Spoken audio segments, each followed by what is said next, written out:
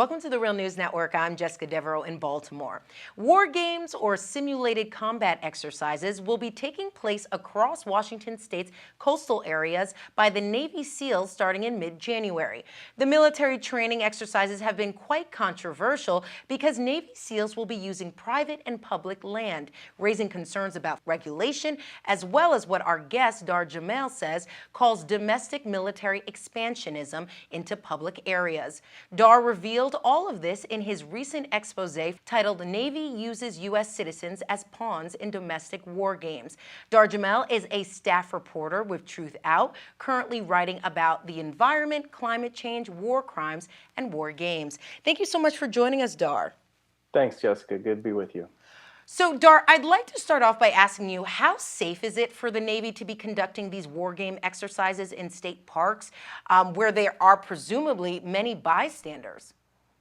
Well, that's a really important part of this story. It's the short version is it's not safe because you're going to have SEALs carrying simulated weapons into state parks, residential areas, private property.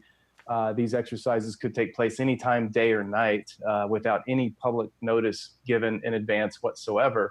And so most of the people in these areas where they're going to take place have no idea even what's coming. So the potential for disaster is there. If someone wakes up in the middle of the night and sees a group of armed men walking outside their house, or if there's SEALs coming up in marina areas where people are living on boats, this type of thing has a lot of potential for things to not end well. And wasn't there something that happened similarly in Texas and Utah in May of 2015? That's right. Operation Jade Helm, which got a whole lot of national media attention because there was similar outrage in the military basically deciding on its own volition without properly contacting state or local authorities, and in some instances even federal authorities, that they need to usually go through usual channels to carry out exercises like this to make proper preparations. They didn't do so. A lot of people got really up in arms, even a lot of governments. And so what we're seeing in Washington now really is kind of a smaller example of what happened during Operation Jade Helm. No public notifications given. When I released this story and released these documents on Truthout on Monday, a bit of a maelstrom erupted across the Pacific Northwest region because the governor's office wasn't aware of it, state and local officials, things like U.S. Fish and Wildlife Service, local fishing authorities. So what happens when SEALs decide they're going to close off an entire beachhead area and a 1,000-meter perimeter around it, as it says they will in their documentation? So people were very, very disturbed by this.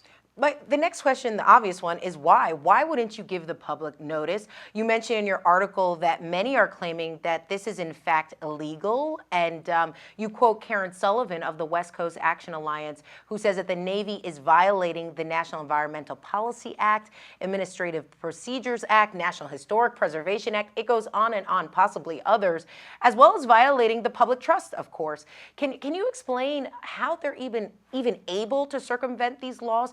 And why hasn't there been more of a public process? All of those are very important points. And a lot of my sources in the story, like Karen Sullivan, who you mentioned, believe the primary reason is it just really shows a naval contempt towards the public process and towards the authorities that they're supposed to be working with in order to conduct these exercises in the right way. And instead of doing so, they went to great lengths to really secretively try to push forward with this and just do it without having to go through the normal channels. In fact, one of the things they did, the documents that I published on Monday on Truthout, as well as a lot of the emails that I got access to in order to write this story, the Navy had labeled the relevant files, quote, for official use only, and then some of them labeled as attorney-client privilege. Now, that doesn't mean that they're necessarily exempt from public access, but it did exempt all those files from a Freedom of Information Act. So it was clearly an overt attempt by the Navy to try to secretize what they were doing and keep these files off the public record. And so when we publish them, that's why it's caused so much of a hoopla around the Pacific Northwest. All of these state and local officials very, very angry at being bypassed and left out of a bureaucratic process that by law the Navy is required to follow. Dahr, you also mentioned in your article domestic military expansion, and this being sort of an example of that. Can you just talk about that a little bit? It is a very worrisome trend, and I've been seeing it firsthand up where I live in Washington State and across the Pacific Northwest with what the Navy's doing. But as you brought up earlier, Operation Jade Helm is another blatant example that occurred last year. And we're seeing this all across the country, whether it's naval exercises or exercises on land that are where the military is literally intentionally operating in areas where they know they're going to be civilians as part of their war games to train to both train the soldiers in how to deal with civilians and treat them as possible belligerents, to use their own lingo, as well as I think kind of a dangerous desensitization among the civilian population to getting used to having military hardware and soldiers walking around with guns among the civilian populations. It's a very, very worrisome thing. And I would cite two articles in the Quadrennial Defense Review Report from the Pentagon where they say that they are gearing up and training for potential unrest in light of another giant economic crisis in this country,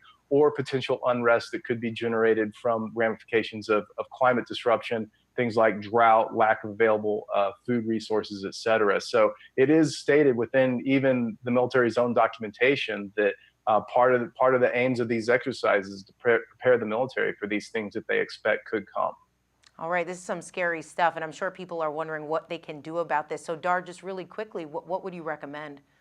Well, I think it's a very important time for people to contact their political representatives on a state level and local level and alert them that they're very concerned about this and look into what's going on in their own communities because, as usual, nothing's going to happen if people just sit by and allow these things to progress and grow worse, which is what's happening right now. All right, Dahr Jamail joining us. Thank you so much for being with us. Thank you, Jessica. And thank you for watching the Real News Network.